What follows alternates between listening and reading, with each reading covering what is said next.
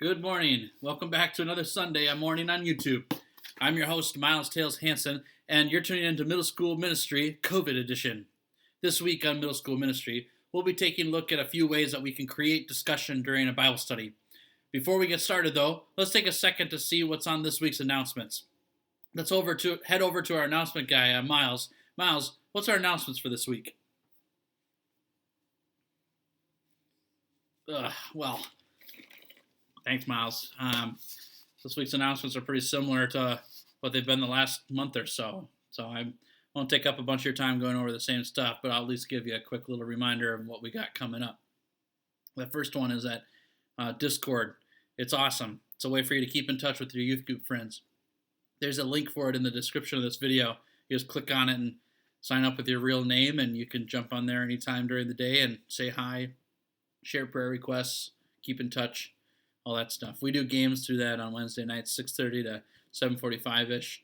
If you need help, let Myles know, and he'll get you all set up with that.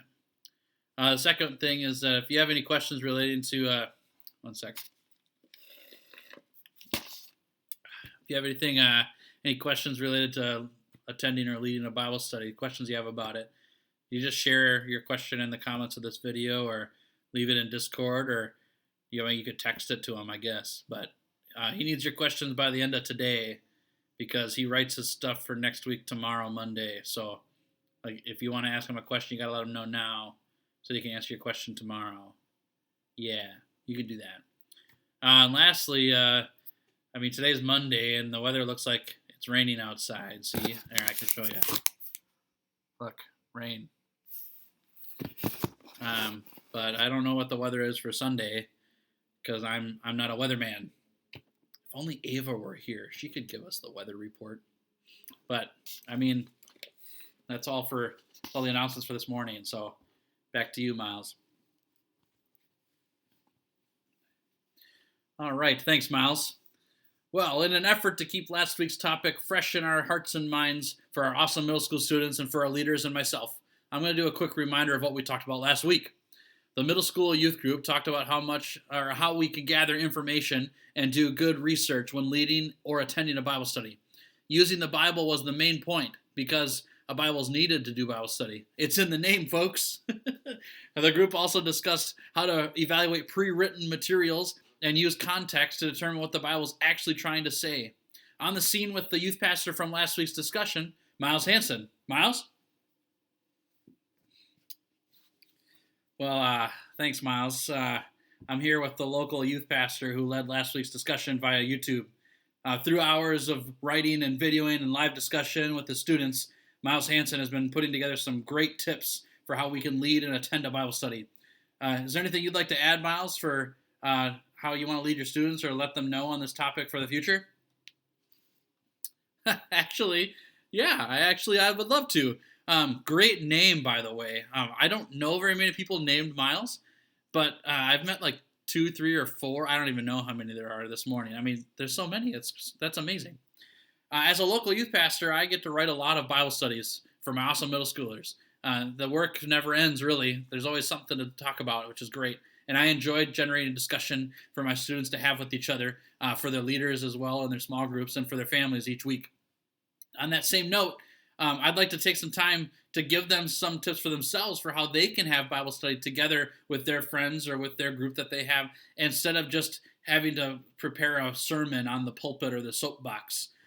You mind if I teach them some of that right now, like on this news program? Well, I guess that's okay. We're kind of on a time limit, but a few words couldn't hurt, so go for it, Myles. Enjoy. Oh, thanks, Myles. I appreciate that a lot. That's fantastic. So Bible study, like we've been saying for the last few weeks or so, it's as simple as just open up our Bibles and learning more about who the author is. We gain even more facts and experiences and stuff to learn when we do Bible study together with our friends, right? Because we can share with each other what we're learning, and it all just kind of piles up together. The classic Bible study model is that there's a person or the leader who gets a group together, and that leader is clearly someone who's more knowledgeable or has more Bible experience or is definitely more in tune with God than all the rest of the other people in the group. So that leader gets them all together, downloads all the information to their attendees, and then just kind of leaves it at that. And I think it would be way more awesome to have a Bible study when all the people in the group are leaders, right? Or wouldn't it be great if we got to hear from every person in the group about what they're learning from God, insights that they've gained through reading Scripture, and just kind of sharing the load of leading with everybody, not just all the pressure being on one person while everyone else listens, right? I think a great Bible study is able to accomplish those things. And I think the way to do that is by asking really good questions. If you've been doing youth group with me prior to the COVID stuff, you may realize that every time we get together on a Wednesday or Sunday, we look at Scripture, and I put you in small groups with a leader who will ask you questions, right? They don't talk for 40 minutes while we're in group. They ask you questions to get your thoughts and your insights on what we're talking about.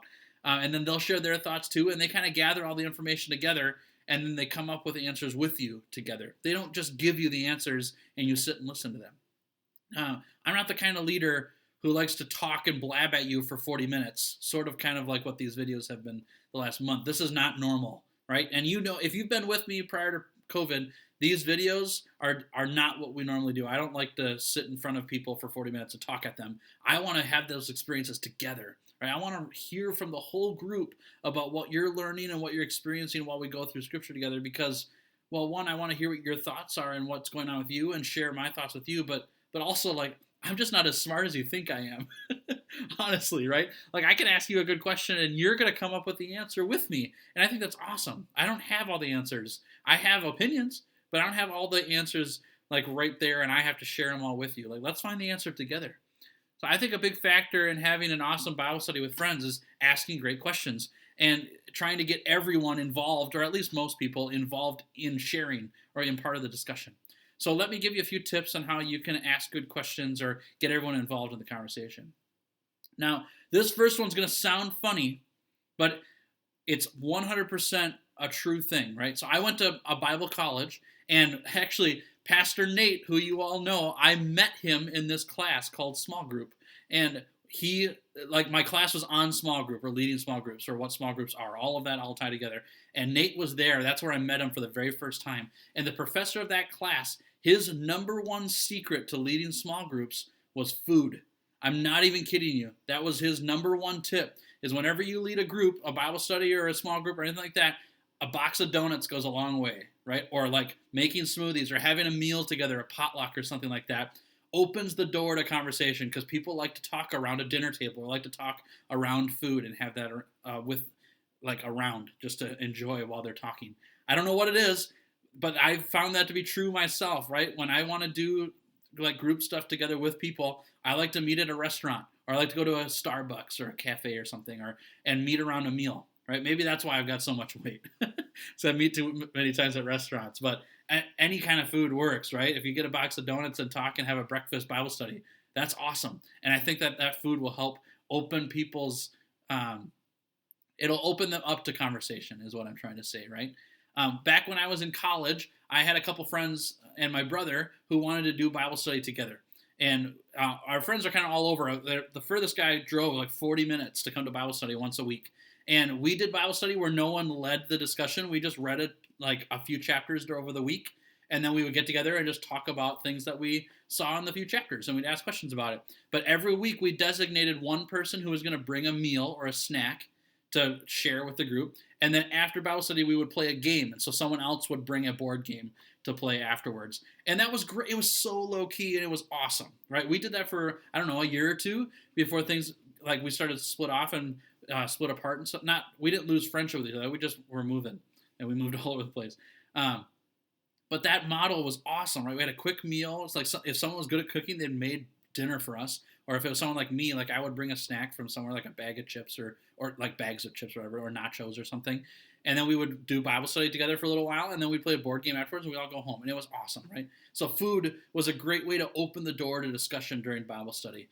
So that's my tip for you guys, too. If you're going to do Bible study with some friends, like, meeting at a pizzeria is an awesome way to discuss the Bible, because you can eat pizza and then talk about the Bible. Or just even meeting at home and having a snack, right? Whatever it is, that just helps with discussion. So, goofy tip, but it's been like an awesome win for me over the years, so I will share it with you. Number 2, when you're asking questions, don't ask questions with obvious answers. I know that we've all been in this situation before, probably at school mostly, where the teacher or the leader of the conversation you're having asks a question that has a really super obvious answer. And I know that in 90% of those situations, every single person in the room or in that group knows what the answer is, but nobody shared it. It's just silent, right? And the leader just stands there like waiting for you to answer the really obvious question that everybody knows, and no one does it because it's so obvious. It feels so weird, right? Like, I'm going to put the weight on you for this one, right? Take a second with the people around you in the room you're in, or type it in YouTube live chat right now, and I'll wait for you. An example of a question with a really obvious question that would get just that blank stare from everybody when they listen, okay? So, ready, set, go.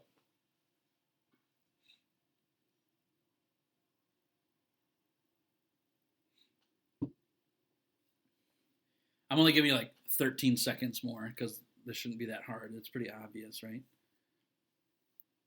If you can't think of a question, look in the YouTube live chat or ask the people around you. They'll give you one. There's lots of questions with obvious answers.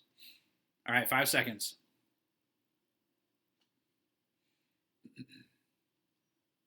All right, perfect. So you probably see the YouTube chat loaded with questions right now, or the people in your room probably talked about it. Questions with really obvious answers. We've all been there, right? It reminds me of an old joke. It's an old joke about a Sunday school teacher who asked his class, "Hey, what's brown and small, has a bushy tail, and it collects nuts to store for the winter?" And nobody answered for a while. But then a kid raised his hand and said, "You know what? I know that the answer is obviously a squirrel, but because we're in Sunday school, Jesus?" Right? That's an example of a question with an obvious answer. Asking questions with obvious answers makes the rest of the group, feels like the leader thinks they're stupid, right? Or that they're not smart, right? Or on the very other side of it, right? It may think that they ask a question with an obvious answer to see if their group is still listening, right? And so those questions, they aren't used to generate discussion. They're not fun, right? But they're trying to just get the group back on track, right? And unfortunately, now we think that those questions are good questions to ask, and they're not. Like, they're used as a way to get the group back onto where they should be, because it's so obvious. Like, everyone's got to be clued in on that question, and that's not a good question. It doesn't generate discussion. Good questions are ones that don't have an easy or an obvious answer to it. In my opinion, I would rather ask a question that I don't know the answer to. I'm not the smartest person in the world. I'm not the smartest person in the room either. I want to learn while I'm leading. So I like to ask questions that are real tough, that I don't have a solid answer on, in order to give everyone a chance to discuss it together, to share their thoughts and opinions on it. And maybe we'll get two different answers, and we can try to work out those two answers to see which one's the right one. The learning is more fun when you do that together, when you share those thoughts. And answering questions isn't like answering questions on a test, right? We're not getting graded on what we're doing. Sometimes there isn't just one answer to a question. And so it's more fun to learn when we can work on it together and come up with lots of answers to a question and discover what the answers are together. We'll remember more as well when we have fun in our conversation and solve tough questions together and discover those questions on our own than if I just blabbed at you for 40 minutes and just gave you all the answers and only asked you obvious questions, right? So the second tip is try to think of questions that are not easy to answer, right? Especially in Bible study, if you ask the question to say, what's the third word in verse 30? Right, that's an obvious answer. There's only one word in the third word of verse 30, right? But if you ask a less obvious answer or a question, right, then it gets people to think like, oh, I got to actually formulate something out of this, or I have to look at other sources. And that's why I like asking questions that I don't necessarily know the answer to, because there might be more than one answer because I don't know what it is. Right? And so, and if there's only one answer and I don't know it, well, I'm going to find out from somebody, and that's great. So there's one tip for you. Ask questions that don't have any obvious answers. I think that just makes discussion more fun. So tip number 3 is when you ask questions that are open-ended, right? I know we've all been through this situation before. Like when you get back from school for the day, or what happened with me, with my family, is my family liked to ask me when I got back from a trip, like if I was at camp for a week, or if I went on a mission trip or something, my parents would ask me like, how'd it go? Which is a great question. They're curious, right? They want to know what happened. They weren't there, so they're going to find out how'd it go. Or they might say, did you have fun? And that's a great question too. But my answers were always the same. How'd it go? Good. Did you have fun? Yeah. Or no. Right? There's only one word for that question. You can't unless I take the initiative to explain more about why it was good or why I had fun, then I can talk more, but that means I have to open it up. But if I ask the question with only a one-word answer, I have the option to just answer the question with one word and be done with it. And that's unfortunate because I want to hear more. If I'm asking the question, I want to know more about what's going on. And my parents, who were asking me about a trip or school that I was at, they want to know more for sure. They want to know more than good. They want to know what happened, right? Maybe that's a better question. So open-ended questions are those that require more than one or two words to answer them. They allow a person who's answering to give a little bit of what they're really thinking, what their actual thoughts are about something, and not to hide behind that one word for us to try to interpret what they actually mean, right? You know that old thing where when you ask someone like, how are you? And they say good, right? Good doesn't always mean good. They could be like dying inside, but they told you good because that's just the immediate response people give when people say, how are you? But you could say, how are you really? Right? And people might be more apt to give you a better answer or a more thoughtful answer because you ask them something different, right? Or you ask them something that opens the door a little bit more. So take a second real quick before I share a couple ideas anyways to think of with the people around you, or you can type in YouTube live chat. What are some examples of open-ended questions? All right, so you got like 20 seconds and I'll call you back in. So right, set, go.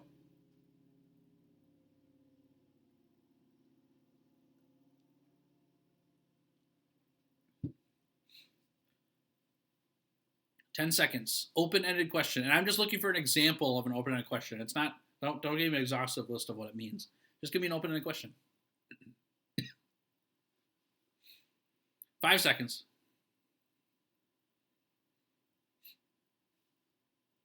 All right, awesome. So you can look in the YouTube live chat for some ideas, or hopefully the people in your room shared some with you. And here's a couple ideas that I have as well. Remember, open-ended questions are those that don't just have a one or two word answer for them. Like, it requires thought. It requires a little bit of an explanation. So some examples of open-ended questions that you could ask about trips or school, right? Instead of saying, how are you? Or how was it? You could say, what was your favorite part and why? Right? If you say, what was your favorite part? The answer could be recess, which is a one-word answer, and that's fine. But if you ask why afterwards, now I have to think through, like, well, why was recess fun?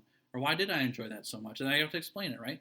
You could also ask the question, how come, after any answer somebody gives. If you ask, how are you? And they say, good, you could say, how come? Right? Now they have to ask or answer with more than one word, right? And that gives them some thought and opinion about why they want to answer. So open-ended questions are great because they invite others' opinions, right? And that's kind of what the meat of open-ended questions is I'm not looking for the definitive answer, like the one answer for this question. I want to know what your opinion is. I want to know how you feel, right? It's sort of like math class. It's the opposite of math class, right? Math class, if the teacher asks what's 2 plus 2, there's only one answer, and the obvious answer is 5. Okay, I'm just kidding. Just making sure you're still listening, right? Got your attention on that one.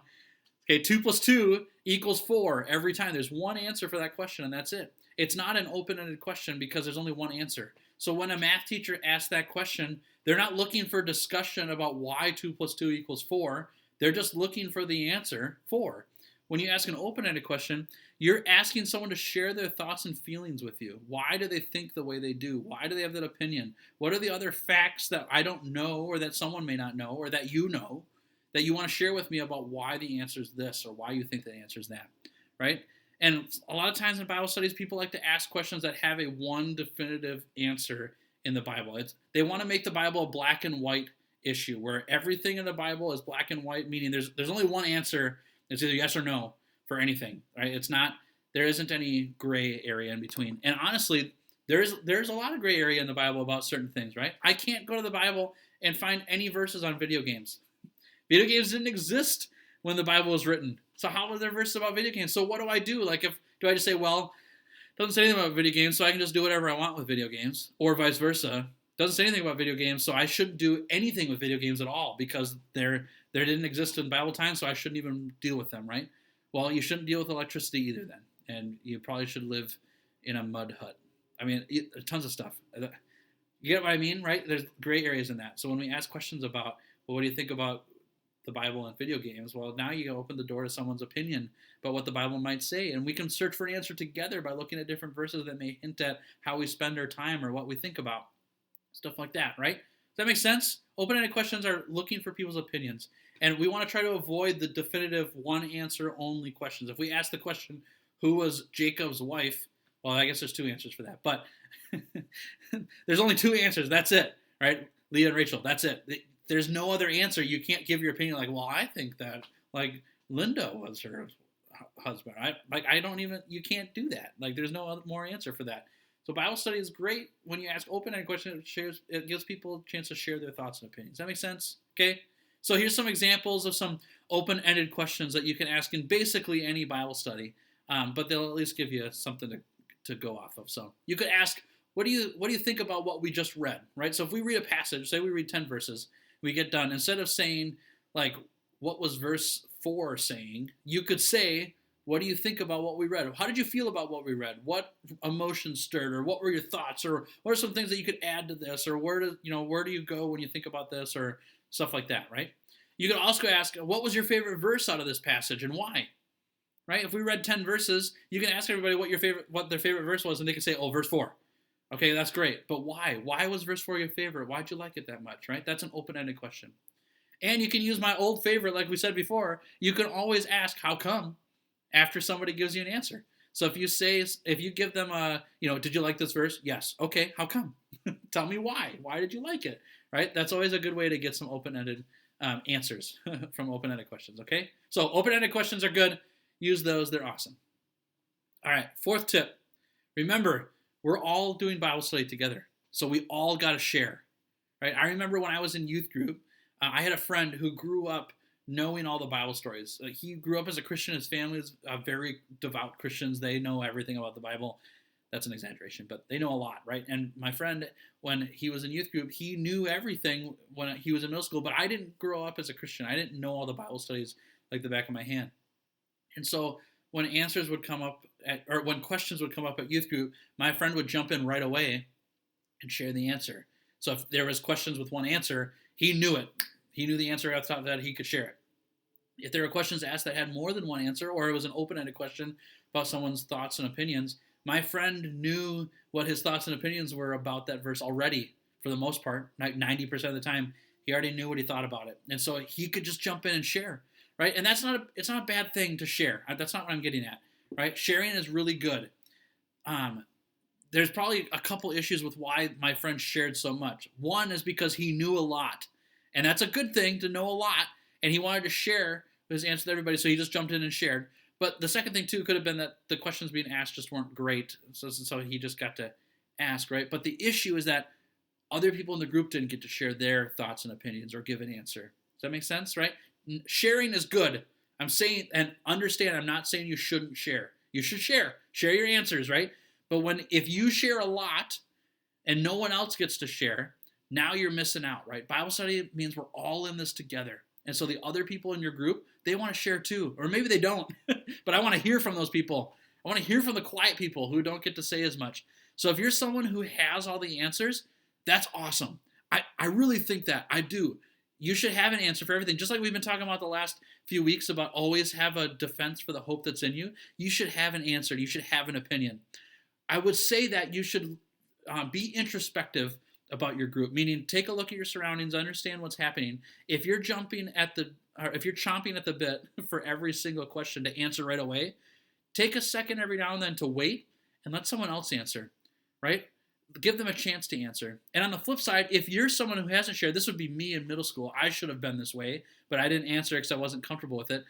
Have courage, be confident, and when someone else answers, raise your hand and answer after them too, right? Give your opinion. Don't be afraid to share. If one person shared, that doesn't mean the question's over. You can share your opinion. And if your opinion's different than theirs, even if they contradict each other and they're wrong, you can still share it and have that discussion about why one's right and one's wrong. That's a good thing. We want to hear each other's thoughts. Just because one person shared doesn't mean they have the right answer, or even that it's the only answer. It's just something that they shared, right?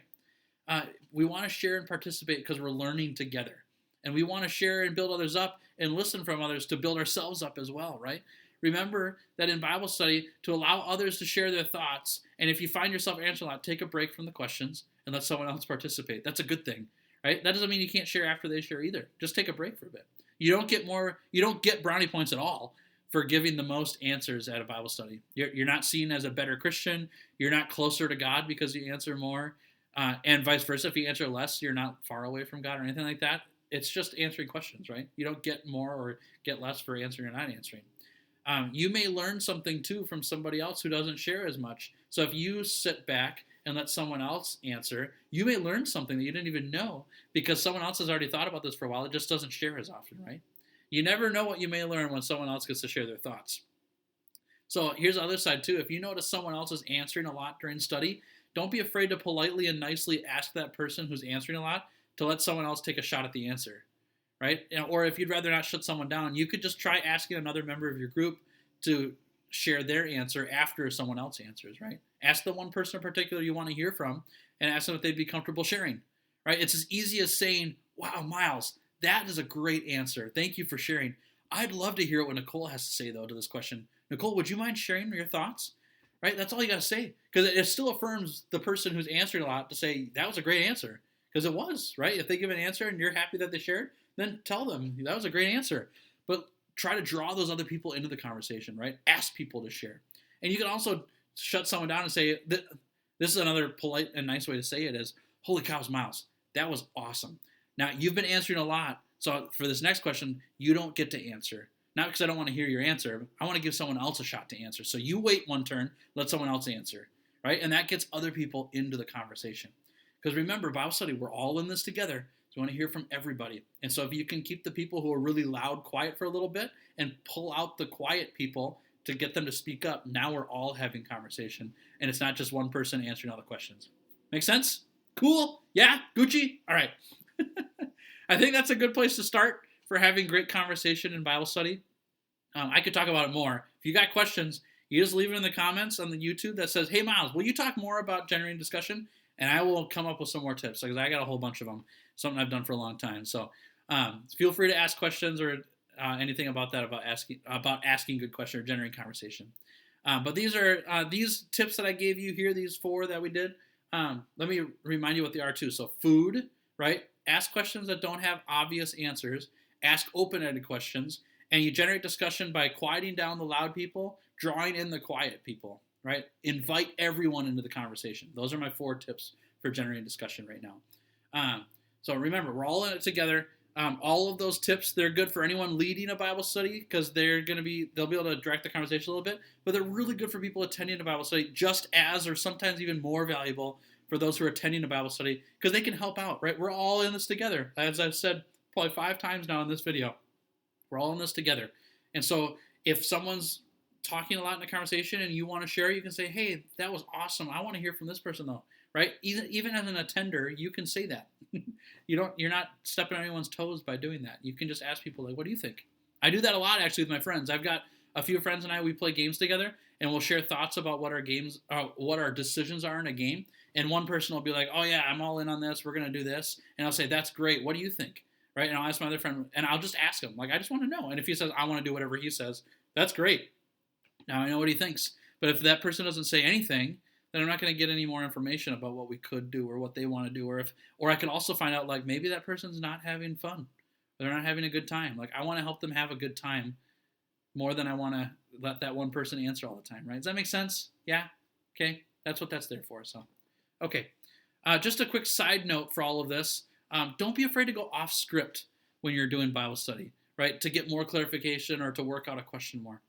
Just because you're using someone's material, so if you bought a Bible study and you're working through like a Devo book together, or if someone wrote a bunch of questions for Bible study and they have all the questions down, don't be afraid to say, I want to add a question to this, right? Or I want to ask this question, but it's not on our list of questions. Like, ask that, right? Think of those written materials, whether someone bought one or they wrote their own. Think of it as a launch pad instead of like a guidebook. Right? It's a tool for you. It's to help you to start the conversation. It's not to make sure that if you ask these questions in this order, something's going to happen that will never, ever happen again. Right? That's not what those are for. They're just to help you generate and get the conversation started. So don't be afraid to ask more questions than what are there. Right? Go off script. Right? Or to clarify, to ask more questions about something that we've been talking about that if you don't understand, Like, ask. Like, I don't understand. Can you guys explain this a little more to me? That's good. Do that because we want to learn together, right? We want to do this together. It's not a test. It's a conversation. That's what Bible study is all about. Okay. Well, I think I got just a little bit carried away. I really could talk about this forever, but I'll cut it off now though. So, Myles, I'm sorry for taking up so much of your time on the news segment. I hope I didn't ruin anything by talking so much. So sorry about that. I mean, that's pretty long. If I remember correctly, local youth pastor Myles would like you all to leave your questions about Bible study tips and tricks that you'd like to know down in the comments of this video or in the YouTube live chat or on Discord, and he'll answer them next week for you. So, wait, that guy's on next week too? Oh my goodness, I need a new job. All right, well, back to you, Myles. Whew, all right. Well, there's another strange one on set, as usual. So with all the news behind us, it's time for us to say so long and hasta la pizza. From all of us at Middle School Ministry, I miss you. We miss you. You're awesome. You really are. And I hope that we'll see you again soon. So have a great week, and we'll see you next week.